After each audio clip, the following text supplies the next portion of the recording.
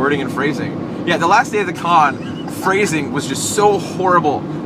Everyone was working on it because they were so understaffed. Everyone was exhausted and tired, and just our inner censors just became so bad. Like on the live podcast, the guy's like, "Oh, and we met Ernie Hudson in the bathroom after about 5 minutes of bathroom shenanigans." No, urinal shenanigans. Urinal shenanigans. That's what it was. And out of context, that sounds awful because you can't say urinal shenanigans. And then they reimbursed Brant for coming out there and all that stuff, and they pay him in mostly fives, which is funny to me, not to him because now he's a thick stack of cash. I was making. But he calls it a wad of cash, which is perfectly fine. But at one point we're in the car and he goes, "This huge wad is hurting my ass." It was literally like this thick of just fives in my back pocket, in my metal money clip. So it was a huge thick wad in his ass. But phrasing became a huge issue the last day because we were all so exhausted. Yeah. And, other than that, we had a lot of fun at MusiCon. We will be coming back next year. Elise, I only remember her name because of Feared Elise, stupid fucking steak restaurant in Vegas. But she is hopefully going to be getting us a panel at AzumiCon and MusiCon for the website to do Q&A and a liquor demonstration. 21 and over. 18 and over, but we're going to make it 21 and over because we can. And it has to be 18 and over because I have no inner censor. I say horribly mean and slightly racist things. All the time. The racist, not as much. I try not to, but some things I find not racist, other people find racist. My word of the week at the con was ginge, because I love me gingers. And during the closing ceremonies, actually, I have the microphone, I'm talking, I'm just panning the crowd.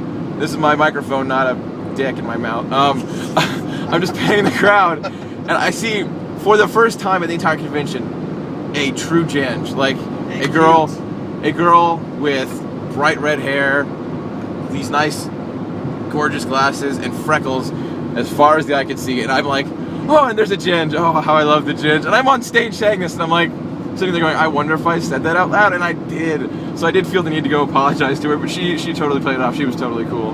But any gingers out there, come to the con, because I will gladly meet you, because I love me some ginge. Now that comment is actually going to do one of two things. It's going to get you some redheads, or you have just turned away every redhead you will ever meet. They're going to go, oh, it's the ginge guy. Yeah, it's the guy with the weird ginge fetish.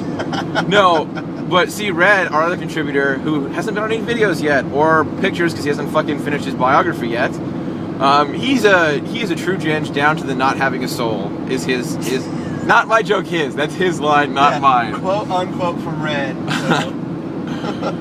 But I love me ginge, all of them, just every single one. You're all beautiful. So do you remember? It's kind of giving away some of the commentary, but remember the whole nipple conversation that we had? We are not going to be talking about nipples again. We've done it. No. I'm just saying. It's a constant topic. He always brings up fucking nipples. It's always. Well, I feel that about your ginge comments. It's the same boat. I'm not being derogatory. You called nipples pepperonis. Some of them, because it is a true statement. Okay, we'll just stop right there. Yeah, because literally, whenever we get into nipples, no matter how much I don't want to, it turns into a 25-minute conversation about nipples, erasers. It's just fucking. I don't understand some of the vernaculars he uses for nipples. Like, it's like, if anybody out there just, if you travel across America, everyone has their different slang terms for things. Brent knows every slang term for nipple, and he has no problem using all of them. No. And making it. That is a right I have been given by my country. And I will Puerto Rico? Fuck your couch, dude. Seriously. Brent has a switchblade, and he's married to a butterfly. Whatever. Butterfly. He's a butterfly knife, and he's married to a Colombian, so I call him Puerto Rican. It makes perfect sense. I don't like the lens flare. There we go.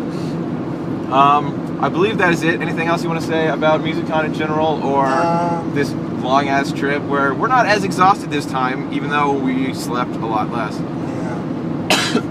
Well, my closing statement is I had a ton of fun. Thank you to TJ, Elise, Marlon, everyone, all the old people I met. Thank you to all the new people who complimented me on the drinks that I had made and just bartending at that party all night. Thank you to our roommates who selflessly promoted us because they love our Joe and Red's M&M drink. And didn't complain when we kept them up till 5 in the morning drinking with strangers. Did not complain. shout out to the random black guy who passed out in our bathroom. Yeah, we had a guy come over, and he was allowed to stay in the room. We were perfectly fine with it. But like literally, he takes one shot of the M&Ms, and he's like, just right in the bathroom. We ended up playing Truth or Dare, and one of the dares was to get the girl to caress his face. So she comes up and just he's like this, rubs him like this, and he makes the most orgasmic sound I've ever heard a grown-ass man make. Can I try it first? Yeah, because he might, not a male orgasm sound, but like a full-on lady orgasm sound. And Brant's gonna try to replicate that. He didn't need that fucking lip smacking thing, but that sound was relatively accurate. He just goes, and then, and he flips his head over, and then he's like sprawled out, spread eagle, like on the floor, and he was out like for at least 12 hours, because he was out at like, I think 2:30. Yeah. He woke up like right around the same time we woke up. It was ridiculous.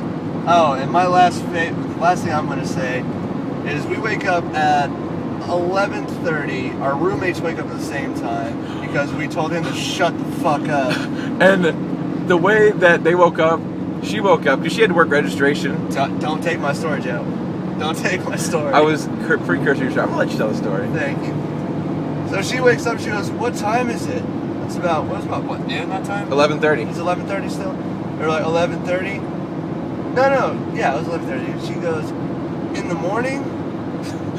as if night would have been. Oh my God, did we sleep for 8 hours or 20 hours? I don't know. She goes, "Oh, I'm 3 hours late." I'm like, "Well, thank God it's not 11:30 at night. Then it's gonna be super late." She's like, "Oh."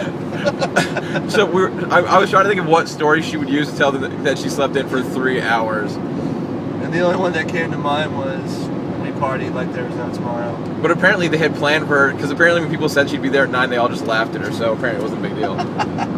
My last words are, it was really nice meeting everybody there. TJ, he appreciated me more than any straight male ever has. I'm sorry, TJ. Because I was just literally just there just to hang out. All I was going to do was help Brand and iShine, and I just went above and beyond the Call of Duty in his words. Special shout out to all the people I met. Crystal from iShine. I'm not going to say that joke on here, but we had an inside joke. If you're watching, I'm sorry. And Fluffy, the pink staff member, Yes. and her friend, hi. Jordan, hi. Anybody else that I met and gave copious amounts of hugs to. I became a hug whore at this con. He wasn't before. I was a hug whore, and I'm okay with that. And the weirdest thing to me actually was I didn't dress up as anything, so I was doing staff, whatever. But I had my Captain America sweater or hoodie, whatever you people in your region call it.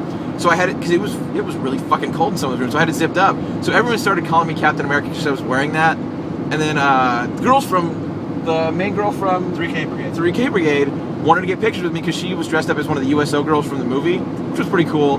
But I had a bunch of strange people asking me for pictures, and it was very foreign to me. Like, 'cause I wasn't that.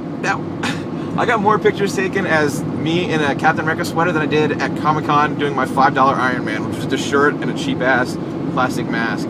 And yes, that is the mask motion. Anyway, we love you all. Thank you so much for all the accidental marketing you gave us, and everyone who enjoyed our drinks and will continue to enjoy our drinks. Thank you so much. Next year. And we will see you at a ZumiCon, because even if we don't get a panel, we're going to do staff, and we'll just hang out. And we will, DJ, once again. And to DJ another 3rd grade dance party. No, this one's better. But you can't call it a rave. I can't call it a rave. And we'll see you next year at MusicCon. We are definitely coming back. Thank you guys. Later. Last words are mine.